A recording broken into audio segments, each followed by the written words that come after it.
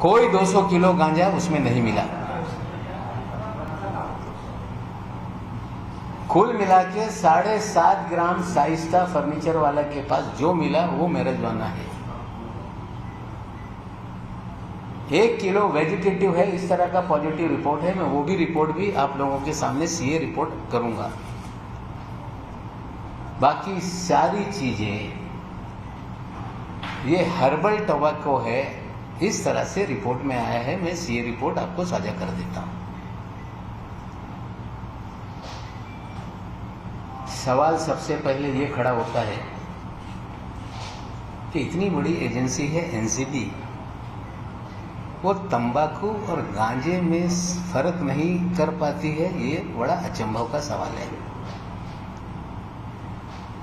मेरी जानकारी है कि इस तरह के केसेस में जो भी एजेंसीज काम करती है उनके पास इंस्टेंट टेस्टिंग का एक किट होता है, जिससे टीएचसी केमिकल लेवल देखकर वो तय कर सकते हैं कि ये एनडीपीएस एक्ट में कवर होने वाली कोई पदार्थ है या नहीं। इसका मतलब है कि ये सारी चीजें उन्होंने चेक की, गांजा नहीं था और लोगों को फ्रेम करने का काम किया गया। ये मैं नहीं कहता हूं, ये पूरी तरह से ये जो कोर्ट की रिपोर्ट है ये कहती है। जो धाराएं लगाई गई 27A की वो लागू नहीं होती।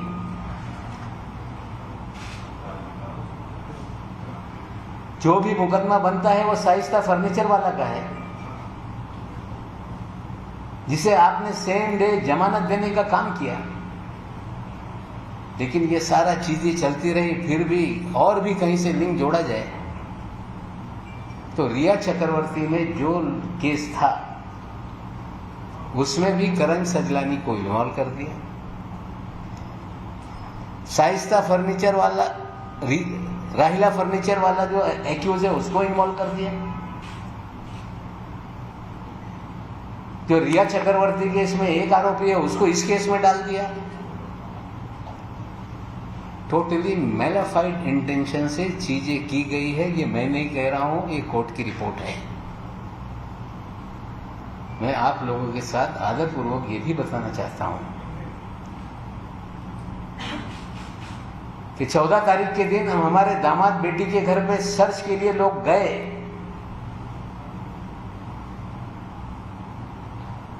बेटी के पैर में चोट लगा था, मेरे घर पे आ गई थी। फोन आया कि कुछ लोग घर चेक करने के लिए, दफ्तर चेक करने के लिए आए हैं, आप आइए। बेटी गई। दोपहर तक सर्च चलता रहा, 2-3 बजे तक।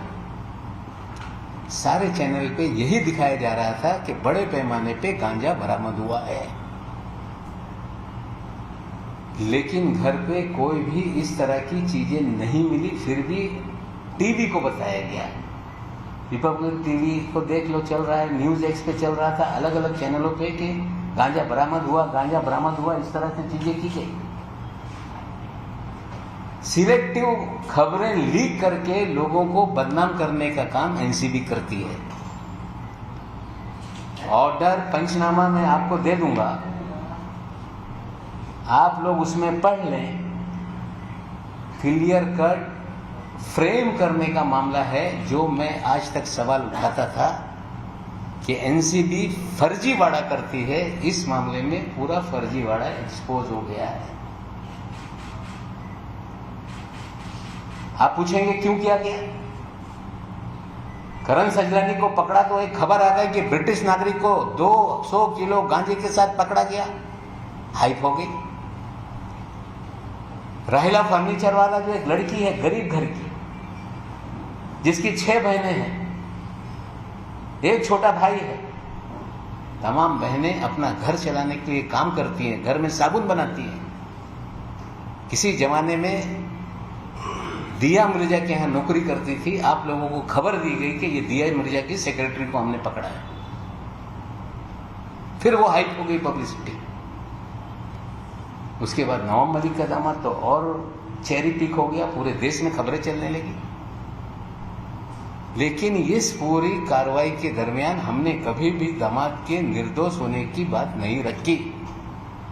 हमने यही रखा कि कानून से बड़ा कोई नहीं है। लेकिन इसमें और एक इंटरेस्टिंग चीज है जो आप लोगों को समझना पड़ेगा पत्रकारों की जानकारी के लिए। कुछ फोटोग्राफ है जो 9 तारीख के दिन जो लोगों को दिए गए, ये सारी फोटोग्राफ देखिए। मैं पहले वाली दिखाऊं, उसके पहले ये सारी फोटोग्राफ जो उस नंबर से आप लोगों को दिए गए। इस फोटोग्राफ में आप देखिए, एक कुर्सी दिख रही है, फ्लोरिंग दिख रहा है। ये मुद्दा हमने कोर्ट में उठाया कि जो सीजर होता है वहां सीजर करके उसे सील किया जाता है, कोर्ट की परमिशन से खोला जाता है। ये तस्वीर साफ बताती है कि ये तस्वीरें एनसीबी के कार्यालय की हैं। कुर्सी का रंग देख लो, फ्लोरिंग देख लो।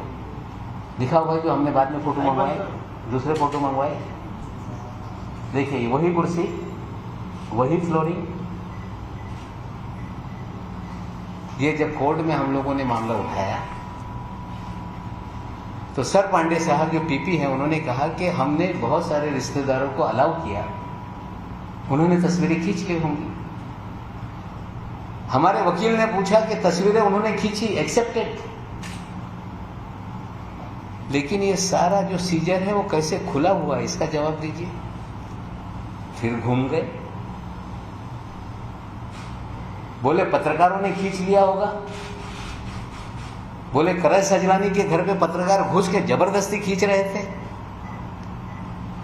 और उसका भी कोर्ट में जो रिप्लाई फाइल किया है एनसीबी ने, उसकी भी जानकारी मैं आपको अभी देता हूं। वो कह रहे हैं कि ये हमने नहीं, ये पत्रकारों ने घुस कर फोटो उतारा है। मतलब आपको एक तरफ चीजें दी जाती है, सिलेक्टिव खबरें बनाई जाती है, झूठे खबरें प्लान करके खबरें छपाई जाती है, और उसके बाद ओनस लेने के समय आप लोगों पे ओनस डाला जा रहा है। मैं आपको फिर बता रहा हूं, जो ऑर्डर आया है,